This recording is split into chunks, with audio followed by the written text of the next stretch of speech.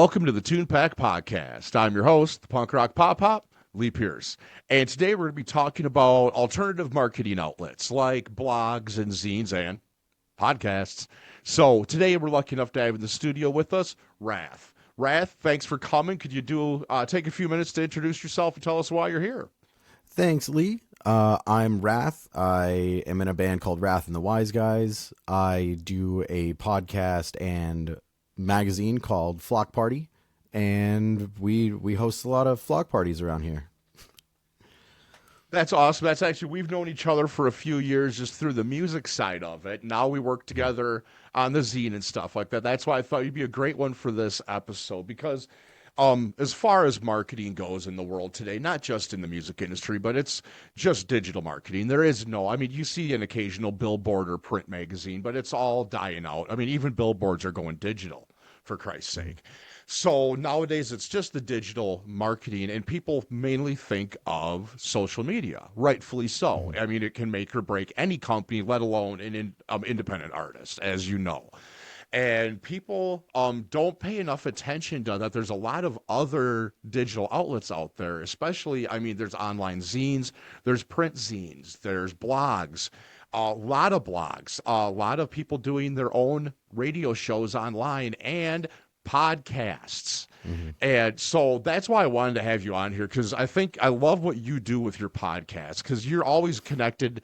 You're trying to start your own community in the music scene, and it's amazing what you and your wife together are doing. I mean, opening up your household to musicians, and it's really a cool thing, trying to do an all-encompassing media and marketing all at the same time, and I love when artists admit, yes, it's marketing, and it's important, and it can be just as creative and as fun as the music you're making. And you really do that. I love tuning in to see what you're going to do next, what band you're going to take on, basically fostering some musicians. I've done it myself. It's fun. Sometimes it's fun. So what got you into delving? I know the zines, you're an old guy like me. But, back in the day, if you weren't close to a scene, you had to find a zine in order to learn about new music. And of course, if there wasn't shows, finding zines were practically impossible because it was all mail order shit back then. So what got you moving into the digital side of that with blogs and your podcast? As far as podcasts, they were when I was in high school, and this was like I started high school in 2007.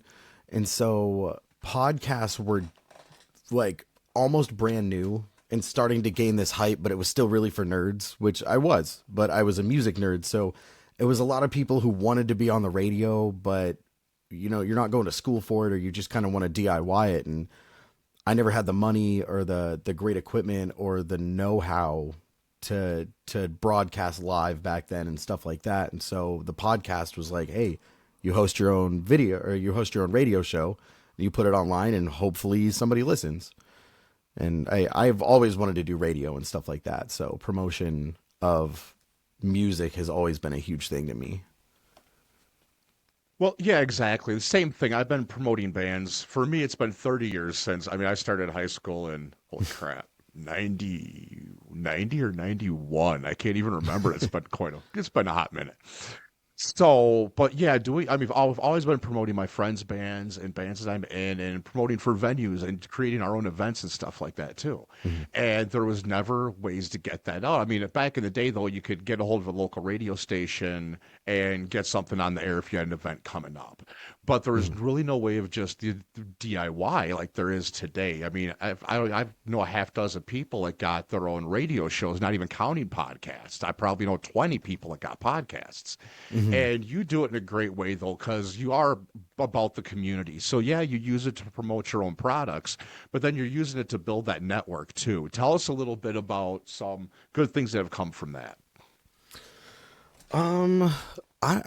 Just the community aspect of it alone is enough for me to actually meet people who understand and are going through the same kinds of things as you and have the same sort of goals and don't have the same hangups that I guess we would say normal people do, where they can't be silly or they can't, it's really hard for non-artists to be in this space. So it's cool meeting a lot of artists and even non-artists who are just really about the music and the art and how they can help too.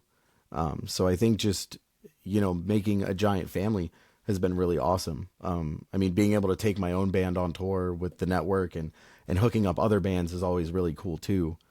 It just feels good, like it feels good to do especially what the big guys aren't, my whole thing, we have no vacancy media, and the closest thing I want to compare it to is like MTV, even though there's the stigma and everything like that. But what they did for music early on was so big.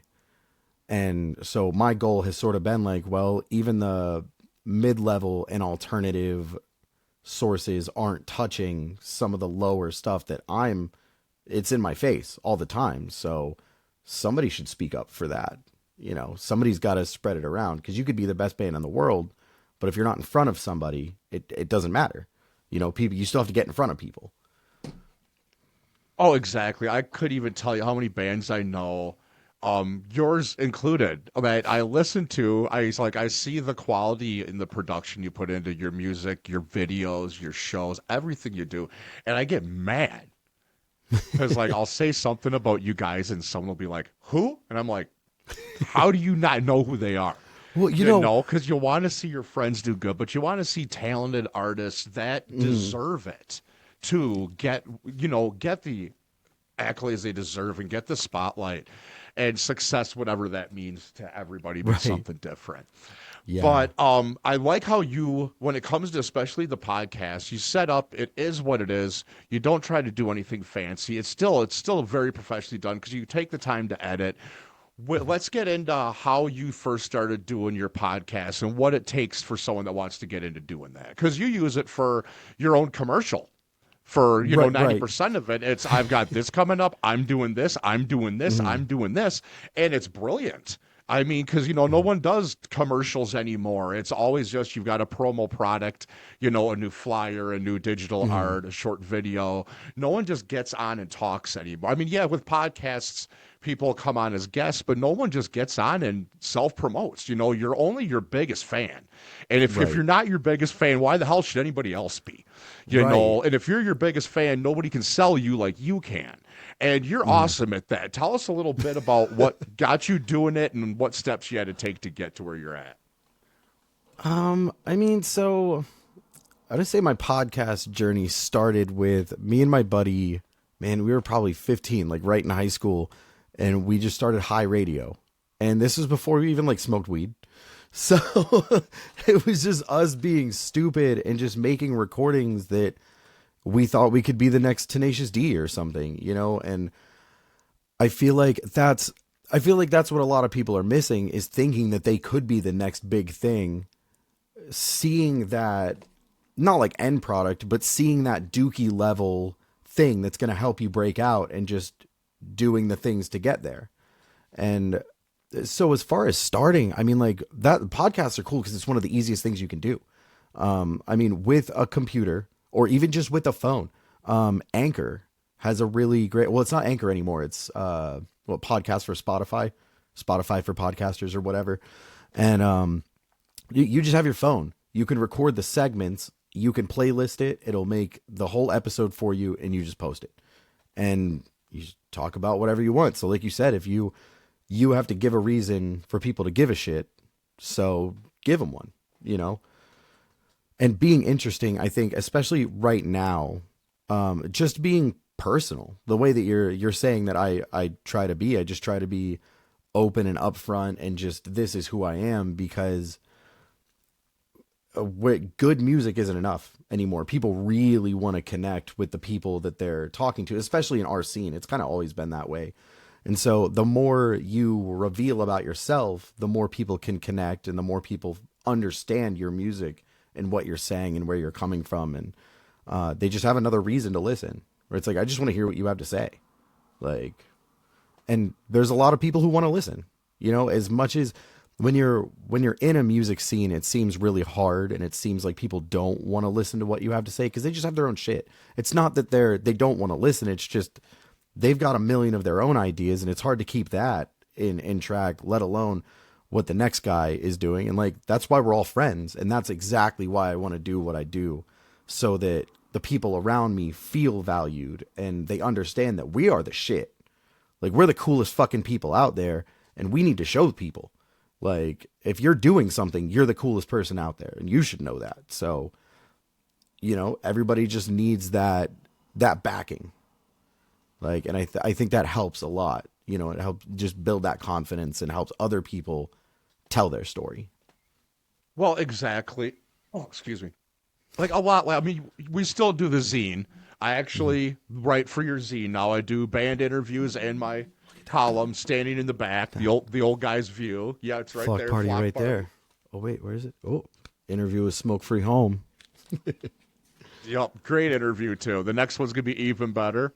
But Hell yeah, yeah. so like do the zines where you get to connect and work with those other bands. But then I mean, you could do an entire issue just about, you know, Rath and the Wise Guys and No Vacancy Media, you know, and that's the thing, is you can do that and be as self-absorbed as you need to be. Honestly, it's not even as you want to be, as much as you need to be if you have big projects coming up. But then you also get to work with those other local artists. So let's say people are out there are trying to think about getting in, whether you want to do a zine, an online one, or a podcast. Find a friend. Find somebody that you're comfortable Yes. talking with, Get and comfortable. start one. You know, I mean, Jesus, most podcasts, the biggest selling one or the biggest watched ones, don't even have a topic. They don't just have a genre. A It's couple just friends people talking shit. Yeah, and that's it. You know, and so you can do that. Or if like this is a music and marketing podcast. You know, whatever you want to do, just Oh find man, one we person. had me and the guy who runs DCPC Live. We had a podcast that was all on stage banter. You know, something nobody else is doing, and nobody really cares about. You know, but there's those few people who really give a shit. You know, and that's why they go to shows. So like, it is really cool. Like, Yeah, and that's the thing. When it comes to podcasts, you can be as specific as you want or as general as you want. You know, you could have, you know, if you're looking just for viewers, you know, then look into, you know, like what's being watched, who's listening to it, you know, and then look into the parameters too. Something I didn't know until I started researching this stuff is, you know, keep your podcasts around 30 minutes or even shorter. Anything over 45 minutes, people don't have the time, or it just seems overwhelming anymore. I mean, I'm the same way. I'm just as guilty. If it's over 45 minutes, it might as well be a movie, and I don't have time for that.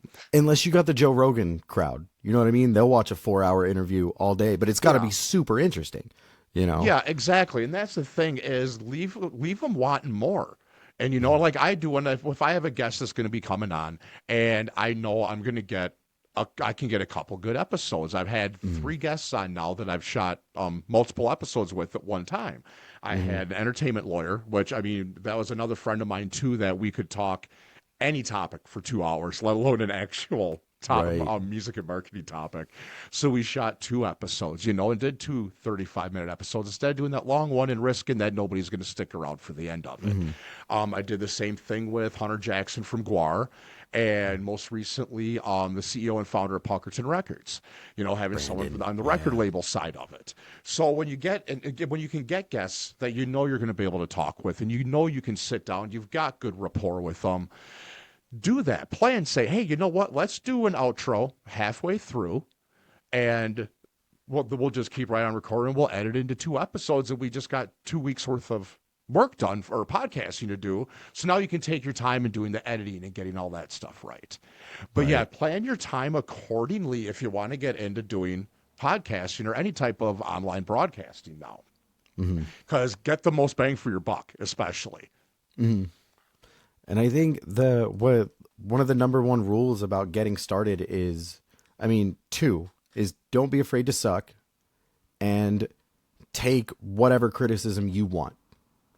You know, don't be afraid to take criticism, and definitely take it, but don't give a shit about what you don't give a shit about. Like, if your goal is to spread it as far as possible, worry about quality, take that.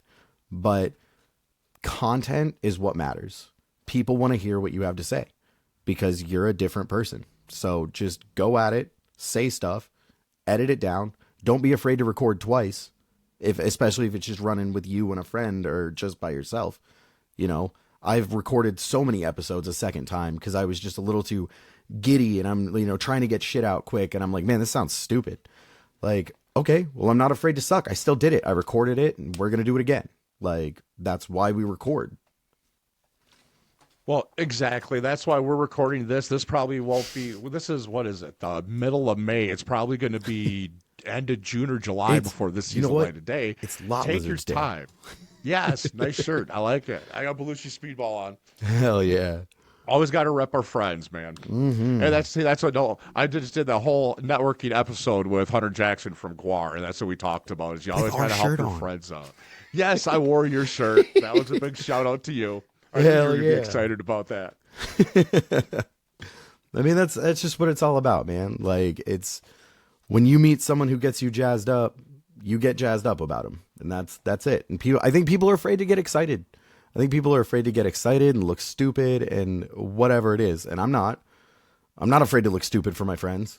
Like, no, well, and that's the thing, especially in today's world. You're gonna be a target just for being who you are, whether you try to hide it or not. Yeah. So instead of just being that lone target, find your tribe, man. Let your freak flag fly. Be as weird and goofy and as fun as you are, and as you need to be a positive influencer. It's the one saying was, I don't want my environment, or I don't want to be a product of my environment. I want my environment to be a product of me. That's a good one. Be that positivity, because might be putting a little bigger target on yourself, but that target's also going to attract the friends that you didn't know.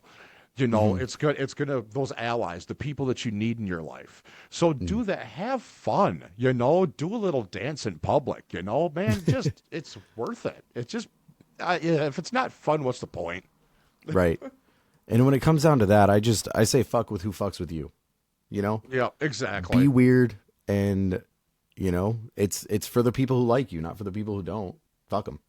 Well, exactly, and that's it. And if you're wanting to do stuff like podcasting, and maybe you're not even a musician or an artist, maybe you're just a thinker that's got some stuff to say, man. That's some of the most creative people I know don't create anything. It's just their mind, the way their mind works, So figure out what you want to do for your topic, and then figure out if you're going to use it just solely for band promotion for your own band. You can literally it could literally be called, Rath and the Wise Guys Podcast.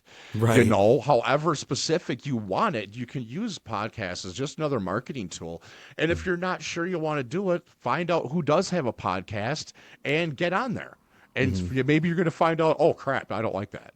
I've had several guys I've been turned down because a lot of artists aren't good in conversation. That's why they're musicians. That's how they get their feelings out. That's how they get who they are out, is on stage and in their songs. They can't do this. And I've had several guests that once got going, they're like, been just clammed up, So make sure, and that could be you. You could think, oh yeah, I'm gonna rock this. I'm gonna do so good at this, and you hit record and go, oh. Go back and listen to my first 5 or 6 episodes. I said, and so many times. All my buddies were laughing at me. They're like, boy, the Midwest really comes out when you're nervous, doesn't it? Well, you got to practice. It's like anything. If you're not spending all day looking at a camera and talking, it's not going to come natural. But, if it's something you like, I think it's something cool to stick with for sure. Well, yeah.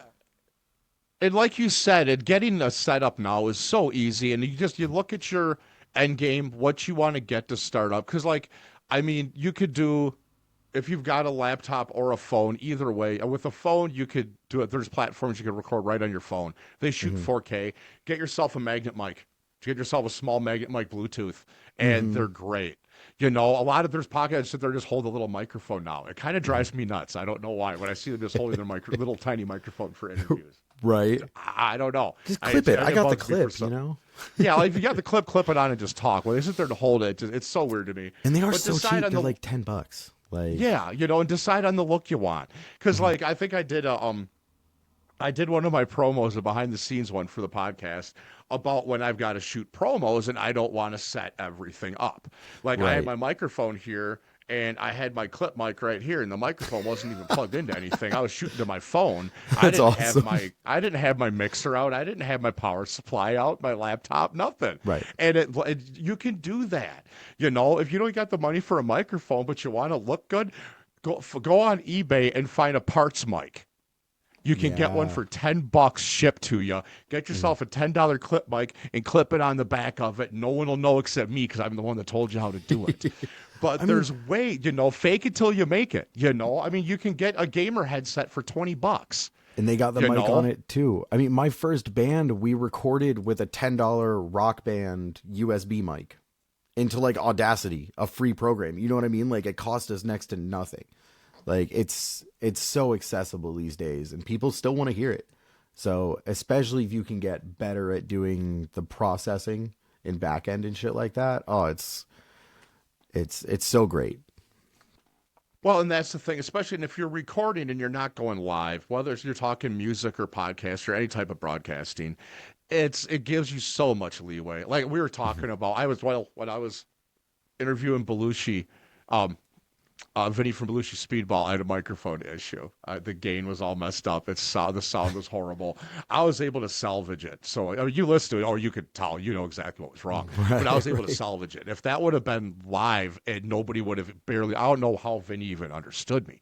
So it gives you that chance to perfect it, you know, and do the little fakes. I mean, CapCut and all the video editing software now, they've got filters, straight up filter on the whole thing.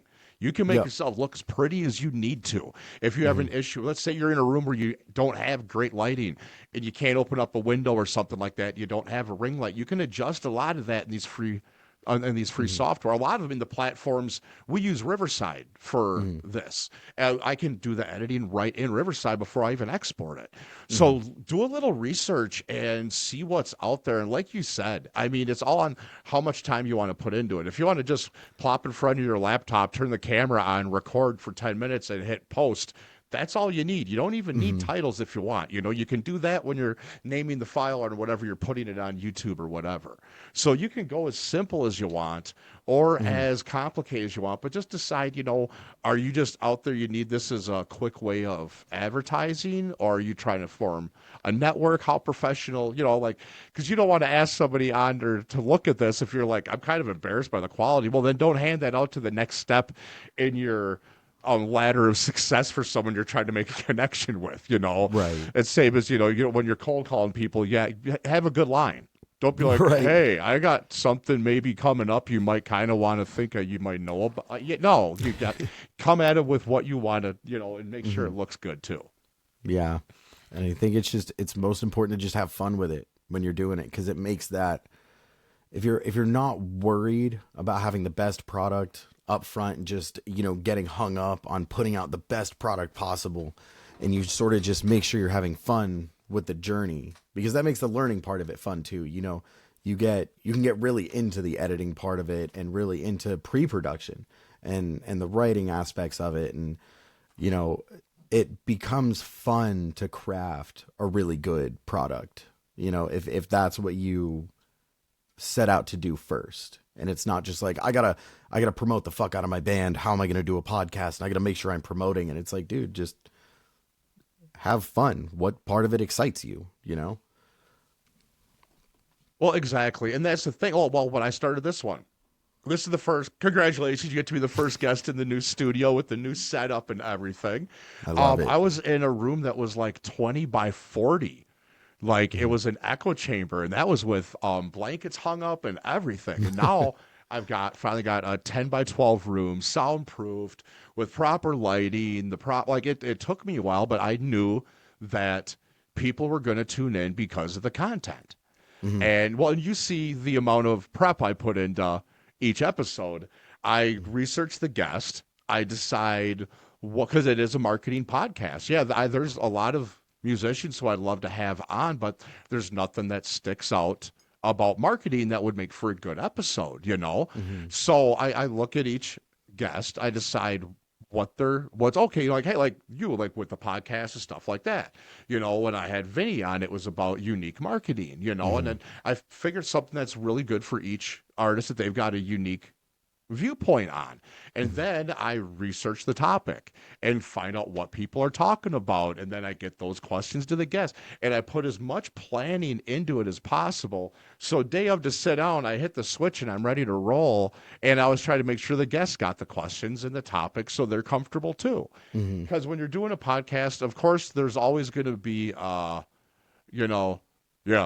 no.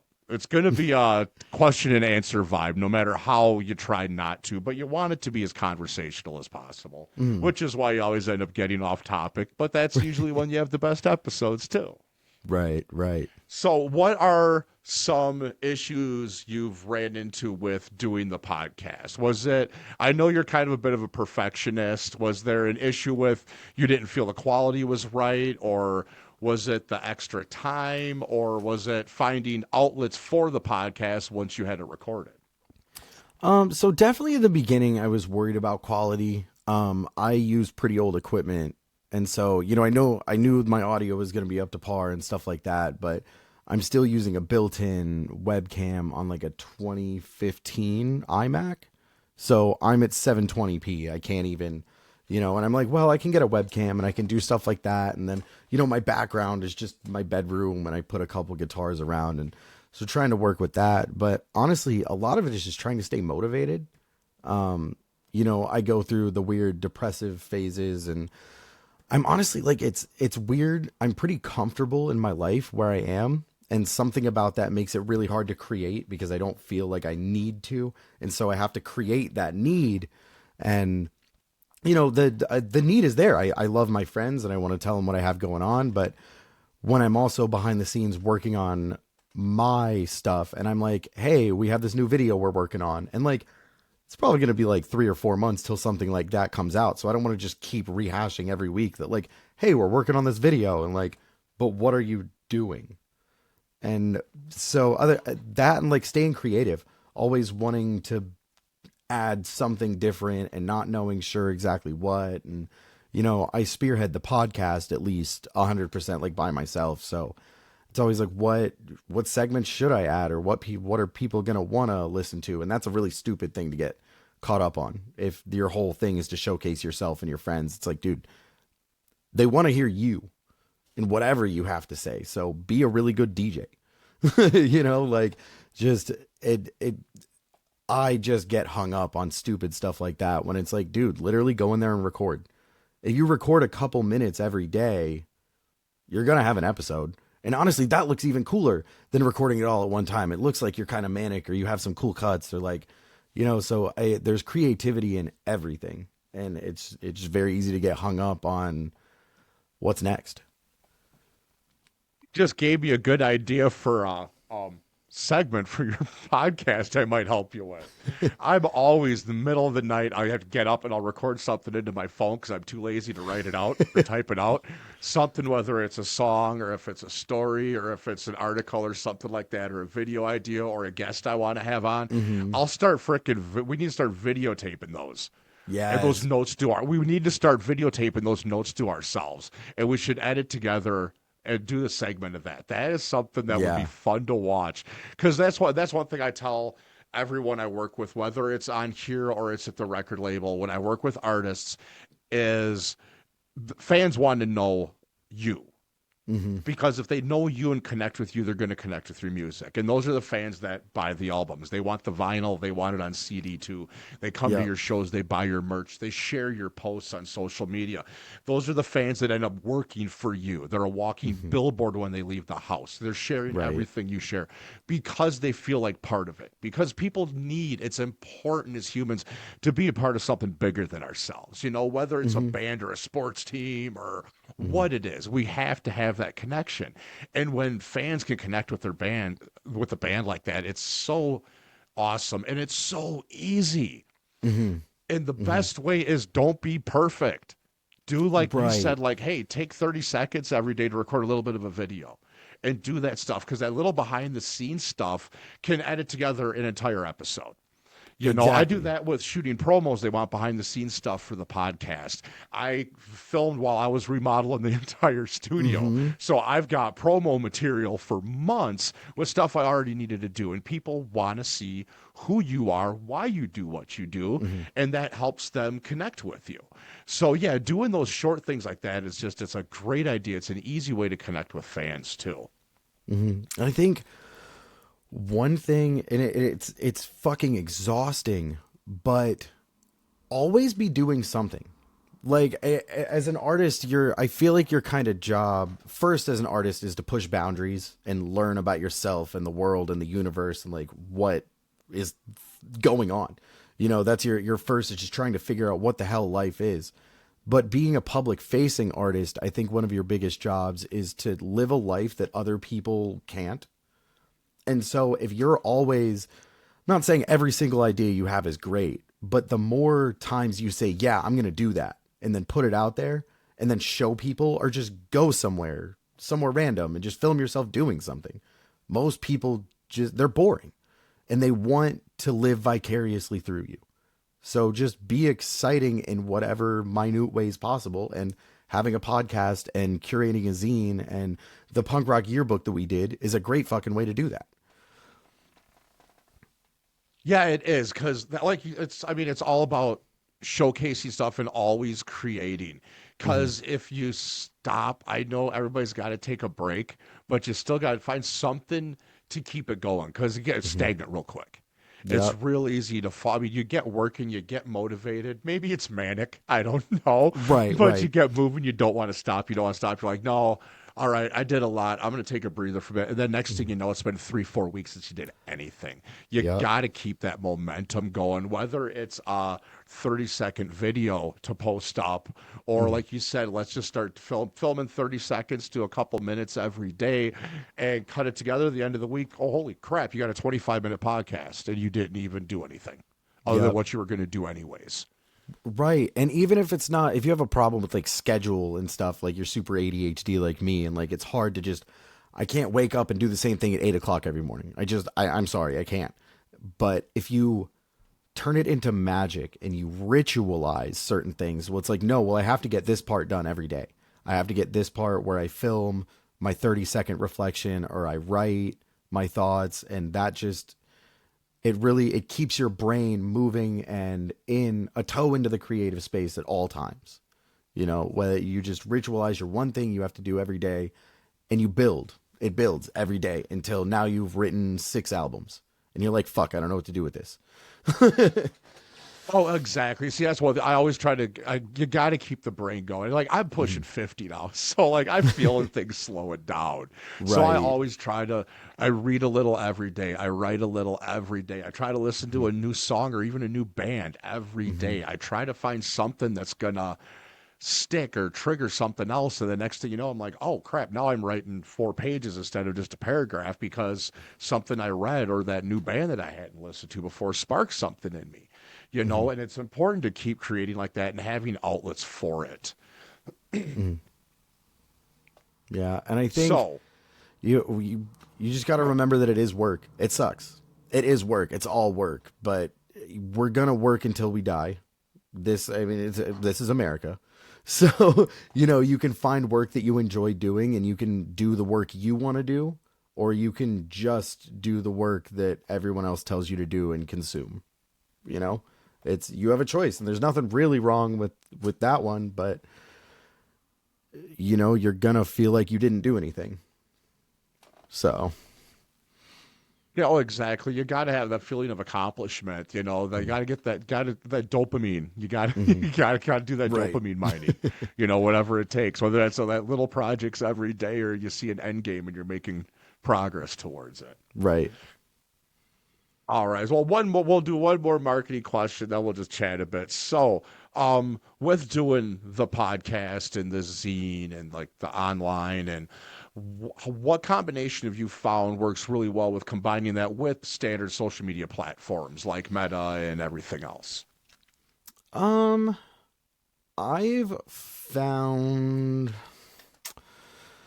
I really like posting on YouTube because there's a niche and there's a quality level there. And that's sort of where I started watching more long form videos, like you're saying, like the 45 minutes and stuff like that. So I know that if people are on that app, they're there because they want to be there, and they're probably going to be there for a while. The combination of like posting shorter clips to YouTube or to Facebook and social media, stuff like that, and sort of pulling them over to the long form. But to be honest, I don't know what works. I'm not like hyper successful or anything, so I'm just still shooting shit out there and seeing what sticks. I mean, I actually just started working on a website. I mean, we've got the Flock Party website that I want to do, but then we've got an art project website to hopefully get more. And I don't know, as far as a combination, just do what feels best. Don't do nothing. You know, even if you're a little scatterbrained, you know, you'll find people in different outlets and stuff. And even if your first audience isn't huge, just aim to make it strong. You know, wherever you go, however you're doing it, really engage, and don't just put shit out there and hope that people are going to like it. Well, and that's the thing is, you got to be comfortable with yourself, or you're not going to be able to do it. I mean, it's just, and honest. I mean, I've always been good in front of the camera. I've been doing the shows with my grandson and stuff for years, and you know, I used to do short horror movies and all kinds of stuff like that, but it was never really in front of the camera much, and it was nerve-wracking the first few episodes, you know. And then I realized, because I get easily excited, so then I start talking fast and loud. I mean, I've got Fortissimo on my voice box because I've been shushed more than anyone on the planet. But I can't help it. I get loud when I'm excited. And the first few episodes, I felt so horrible. Well, and even still, there's guests where I'm like, afterwards, I'm like, I'm sorry. I was a little out of pocket. Like, I'm just really excited. It was a fun episode. And I just get going and going and going. But that's okay. You know, people want to see you. You know, if they didn't want to see me, they wouldn't be watching or listening to the podcast. So, and you got to remember, even if we're our own biggest fan, we're also going to be our own worst nightmare, because we're going to be our harshest critic. Right. So ask someone else. If you look at it and you're like, this is trash, but if you know your spouse or your best friend or whoever it is, ask them. And because they'll be honest with you, because they're not going to want you to put something out there that might embarrass them too. You know, let's be honest. You know, ask someone close to you and then take their word for it. You know, I mean, I don't know how many things I would have scrapped if I didn't ask my wife's or my buddy's opinion. You know, they're way smarter than me. And, you know, and that's the thing is, God, from episode 2, it was one of my professors. He was my project management teacher. And he probably said it 100 times in class, is never be the smartest person in the room. If you're the smartest person in the room, you need to find more people, because you're not going to learn anything, and it's all going to fall on you.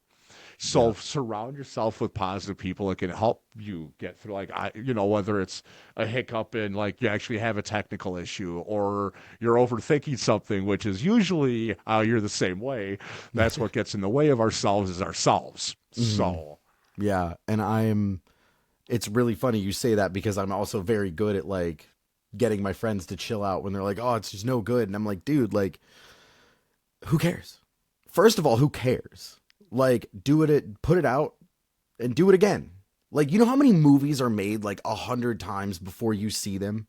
Like in different stages and shit. There's a 5-minute version and a 10-minute version. And like, you're going to re-record the same shit over and over again.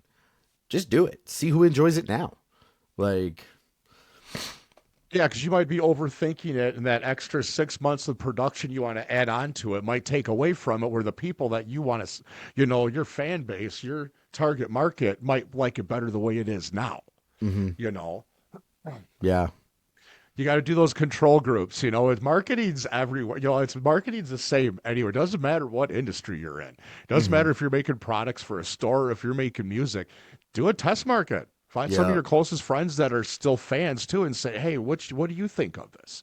You know, or bring your fans into it. Say, hey, check out this, you know, have a link to a specific, be like, give us your thoughts. Oh, they eat that up, you know, and they help make a decision on a song that's going to be on an album later on. That's pretty cool. Right. And for me, I've always, when starting any new project, I subscribe to the ritual of shame. The first thing you put out is gonna suck, and you have to eat it. You have to put it out there. You have to be able to tell yourself it's not that bad. This is the best thing I've ever done, and then do better. Just how it works. If you got to delete that first episode, who cares? You end up making so much that first one doesn't matter. You're going to keep going. You're going to keep growing as long as you care. Like, as long as that's a goal of yours, you're going to grow. You're going to get better, or at least better with what you want to provide. So, but you have to start, and you don't know how things work. I'm kind of that guy where you can explain things to me 100 times, but if I'm not sitting here doing it, I could learn it better if you just sat me in front of a recording software. Like you can tell me all of these buttons, but I don't know what the hell that means. Well, yeah, exactly. I mean, nowadays, all you need is, you can shoot an entire podcast in your car on your phone. Mm-hmm. And you can sit in your car on your phone on YouTube to figure out how to do it and download all of it in a lunch hour. Literally in a 1 hour lunch, you could get on YouTube, watch a video on how to start a podcast, download that free apps that you need, shoot a podcast, edit it, and post it on your damn lunch break. It's just, it's scary to think about. It was for me when I started this, they're like, you done a podcast? Well, yeah, I've been on one. I didn't do any of this stuff. This was terrifying to me. And as you pay attention to my earlier episodes, it took me a while to get good at it. But I mean, as much as you want to put into it, you can get out of it. And it's really easy. Like I said, you can fake it till you make it, I mean, you can have headphones on that aren't plugged into anything. You can have a microphone with a fake mic clip on the back of it. You can have it looking as professional as you want for nothing, man. Pennies. Just get out there and make cool shit. I need to see more of it. Right. And I think the double-edged sword of the beginning is that you're going to get lost in the shuffle. So even if it sucks, cool. Not that many people saw it. So just keep going, because people are going to see you once you have a repertoire of stuff and you have a lot to your name. But in the beginning, you're not going to anyway. So yeah, that's sort of discouraging, but also sort of like cool. People don't have to see where I started, and then you can re-release that later and people will be like, oh my God, it's so cute. Yeah, use those for a little clip show for later. When it's a week where you're like, I just can't record, or like, I can't get a guest on this week because it's a holiday and I want to run something. Use those fun clips together, man. I mean, use what you got. Make as least amount of work as you can. Right. Exactly. All right. Well, it's about time to wrap up here. So what some last minute advice you've got for anyone that wants to start to get into, like, whether it's the podcast or the zine or just, some alternative marketing ideas other than social media? I say just start. Start somewhere, especially if it's something that you're interested in. I spent like all of 2024 consuming the kinds of media that I wanted to put out so that I could do it exactly the way I wanted it. So copy who you like, make it your own, and just do it. Yeah, that's a good. I always have days. I try to do one day a week where I call it my input day. And I try to watch a movie. I try to listen to either a new podcast or something like that, a different band. I read from a book that I don't normally. And I got to get creativity in if I need to put anything out. Yep. And that's a good thing. Well, that's the thing is copy who did it before you. Not carbon copy, but I mean, nothing is original anymore. Everybody's done something. I mean, you can't do anything without. Do it your way. Do it better, Right. You can't do it without influence. So revisit your old influences, find a new influence, whatever inspired you to do it, whatever inspired you to start, watch a bunch of that. Like that's, and just try to do it like them. And then you learn who you are and you're like, I don't really like this aspect of it. And, just keep going. Exactly. All right. Well, Rath, so what do you got coming up, say towards like end of summer here? Because by the time this comes out, but what do you got coming up? Let me see. End of summer. Jeez. Say end of June, July. I guess midsummer, technically. Right. Let's see. Man, well, we're working on a batch of new songs, trying to get a single out, and hopefully we'll get that stuff going by the end of the year. Man, it's a lot of putting in work and seeing what's next. We got some videos to work on, got a whole new batch of songs. Maybe we'll have a full length next year. I don't know. Maybe we'll do one more EP. And there's a song I've been holding on to for a really long time, and I think I'm getting over the hang-ups. and I'm ready to put it out. So hopefully we'll see some of the best music that Rath and the Wise Guys have put out. Oh, the best part is I get sneak peeks at all this stuff. Oh yeah. A lot of my guests, I end up getting sneak peeks of stuff, and it's really cool. Plus, working for the record label too, I get to hear stuff that nobody else does yet. Yeah, And you there's some honestly, really you good were one of our first supporters, man. Like when we got out there and we were on the Punk's Dad group and stuff, and you were one of the first people to really latch on, and it meant a lot to me. And it's cool that we're still doing the thing. Oh, absolutely, man. You're a good friend. And I mean, we got all kinds of projects we're working on together. Jesus, we got the zine. We got mobile apps we're developing. We got just piles of stuff coming out. So, and that's the thing, man. Build your network with people that help bring you up. It's awesome. So, All yeah. right. But all right. Well, I think that's about enough time for today. So, Rath, thanks for coming on. Really appreciate it. Thank you for And having everybody, thanks for watching. And please like and subscribe, share, and give us some feedback. Rate us. Even if it's bad, tell me why. I don't mind. All right. Please, but please. all right. Thanks again, Rath. And we will catch you guys later. Thanks, man.